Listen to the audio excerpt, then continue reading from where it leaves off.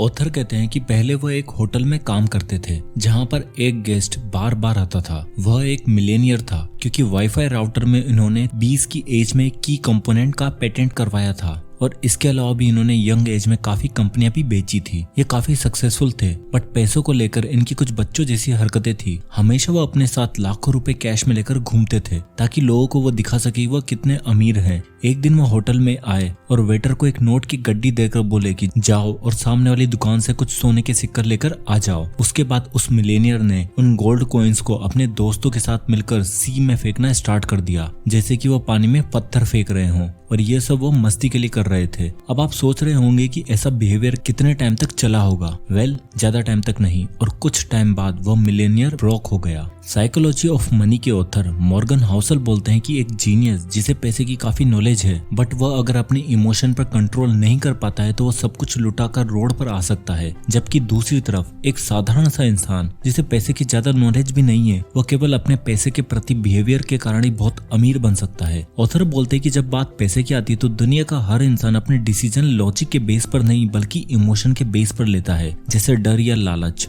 और हम अपने लॉजिक से जस्टिफाई करते हैं कि हमारा फैसला सही है। तो दोस्तों, आज मैं कुछ बहुत ही इंपॉर्टेंट रूल्स इस बुक से शेयर करने वाला हूँ जिससे आपका भी पैसे के प्रति बिहेवियर चेंज हो सके और आप अपनी लाइफ में मनी से रिलेटेड सही डिसीजन ले सके। तो इस वीडियो को एंड तक बिना स्किप किए जरूर देखिएगा जिससे कि आप इन रूल्स को अपनी लाइफ में अप्लाई करके फाइनेंशियल सक्सेस अचीव कर सकें। तो सबसे पहला रूल आता है luck and risk.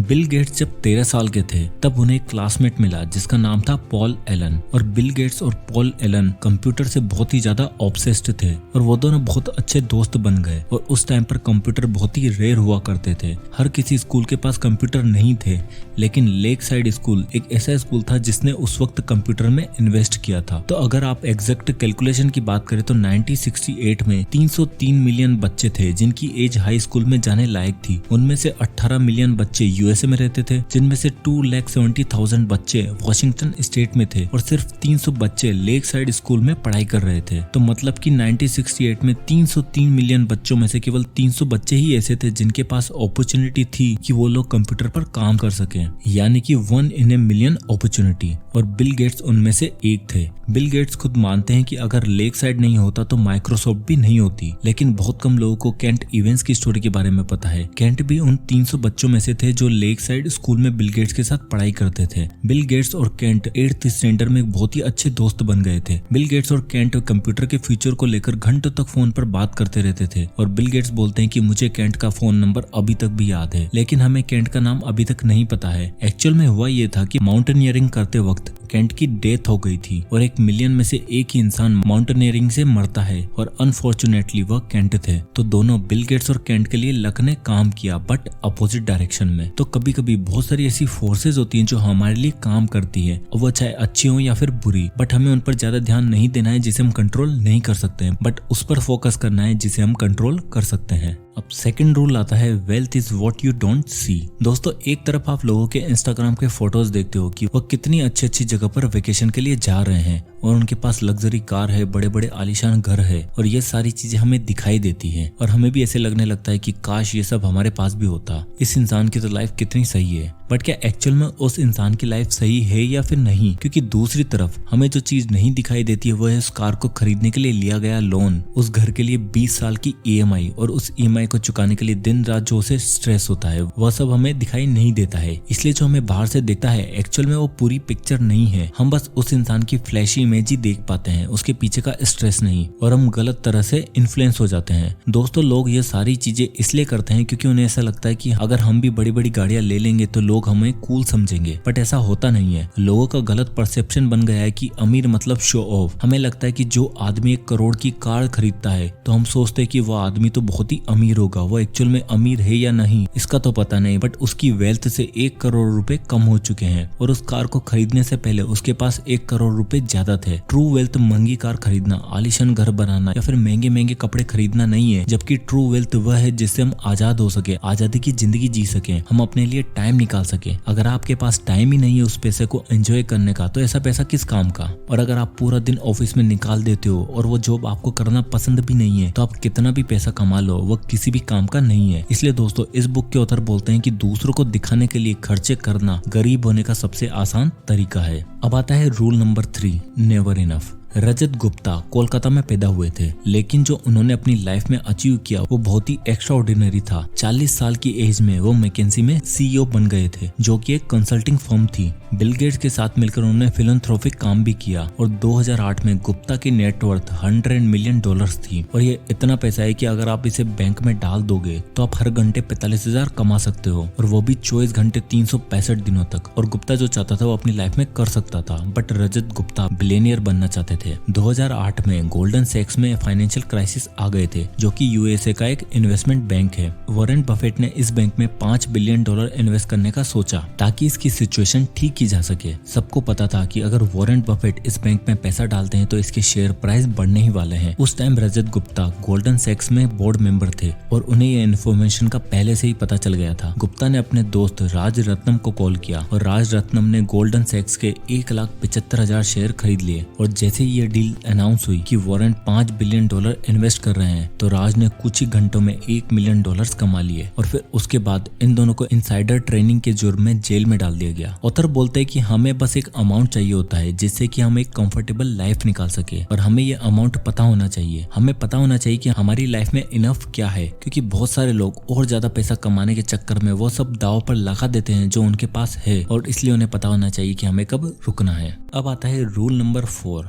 Confounding compounding. Warren Buffett के ऊपर अभी तक 2000 से भी ज्यादा बुक्स लिखी जा चुकी हैं, और हम सब मानते हैं कि वॉरेन एक बहुत ही अच्छे इन्वेस्टर हैं, और वॉरेन बचपन से ही बहुत अच्छे इन्वेस्टर थे। वॉरेन की नेटवर्थ $84.5 बिलियन, जिसमें से 99.6% वेल्थ यानी कि $84.2 बिलियन उन्होंने कमाए हैं उनके 50th बर्थडे के बाद, और $81.5 बिलियन उन्होंने कमाए हैं जब लोग रिटायरमेंट ले लेते हैं यानी कि 60 की एज के बाद। बफेट ने इन्वेस्टिंग 10 साल से ही शुरू कर दी थी, और जब वो 30 साल की उम्र के थे तब उनके पास $1 मिलियन थे। अगर वो नॉर्मल इंसान होते और 20 की एज में वो कुछ नया करने का सोचते, तब उनके पास 30 की एज में $25,000 के करीब होते। और एक नॉर्मल इंसान की तरह अगर वो 60 की एज में रिटायरमेंट ले लेते, तो हम अगर उनका नॉर्मल 22% रेट ऑफ रिटर्न लेते हैं तो उनके पास केवल $11.9 मिलियन ही होते, यानी कि अभी की नेटवर्थ से 99% कम पैसे ही होते। तो ये होती है कंपाउंडिंग की ताकत। बट क्या आपने जिम साइमंस का नाम सुना है? जिम हेज फंड के एक हेड है, जिन्होंने 1988 से ऑन एन एवरेज 66% की रेट से पैसे को कंपाउंड किया है, जबकि वॉरेन बफेट ने केवल 22% की रेट से पैसे को कंपाउंड किया है। साइमंस की नेटवर्थ करीबन $21 बिलियन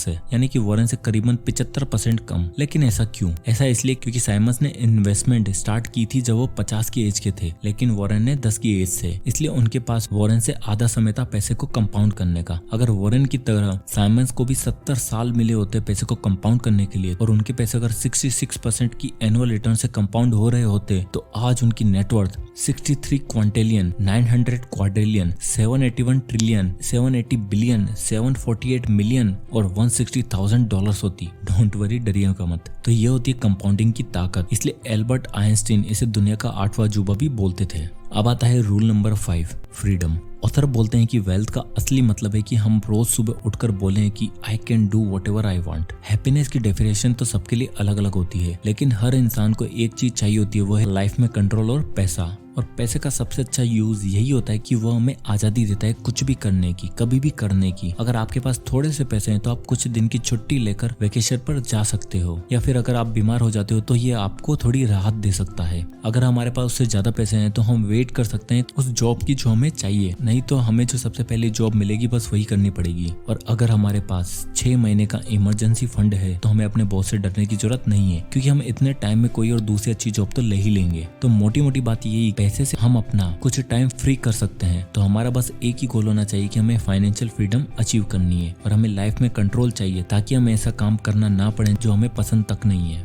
अब आता है rule number 6, man in the car paradox. Author बोलते हैं कि जब वो होटल में काम करते थे तो गेस्ट महंगी महंगी कार लेकर आते थे, जैसे Ferrari, Lamborghini, Rolls Royce etcetera. और ऑथर बोलते हैं कि उनका भी सपना था कि उनके पास भी कोई ऐसी कार हो, बिकॉज उस टाइम पर वो सोचते थे कि ऐसी गाड़ियां लेने से लोगों को लगेगा कि आप स्मार्ट हो, रिच हो। पर सच तो ये है कि जब आप किसी को महंगी कार चलाते हुए देखते हो तो आप बोलते हो कि वाह क्या कार है। क्या आपने कभी किसी को बोलते हुए सुना है कि वाह क्या आदमी है? नहीं ना। इसलिए हम लोग जब महंगी कार, एक्सपेंसिव वॉच, महंगे कपड़े ये सब खरीदते हैं तो हमें लगता है कि लोग हमें देखेंगे, हमारी तारीफ करेंगे, बट वो हमें नहीं, हमारी चीजों को देखते हैं। बट हमें उन चीजों को नहीं, जबकि लोगों की रिस्पेक्ट और उनका एडमिरेशन चाहिए। तो दोस्तों इस वीडियो में हमने टोटल 6 पॉइंट देखे। तो सबसे पहला पॉइंट था लक एंड रिस्क। इसमें हमने देखा था कि कई बार कई सारे फैक्टर्स होते हैं जो हमारे लिए काम करते हैं, और वो चाहे अच्छे हो या फिर बुरे, बट हमें उन पर ध्यान नहीं देना है जिन्हें हम कंट्रोल नहीं कर सकते हैं, बल्कि उन चीजों पर ध्यान देना है जिन्हें हम कंट्रोल कर सकते हैं। दूसरा पॉइंट था wealth is you don't see.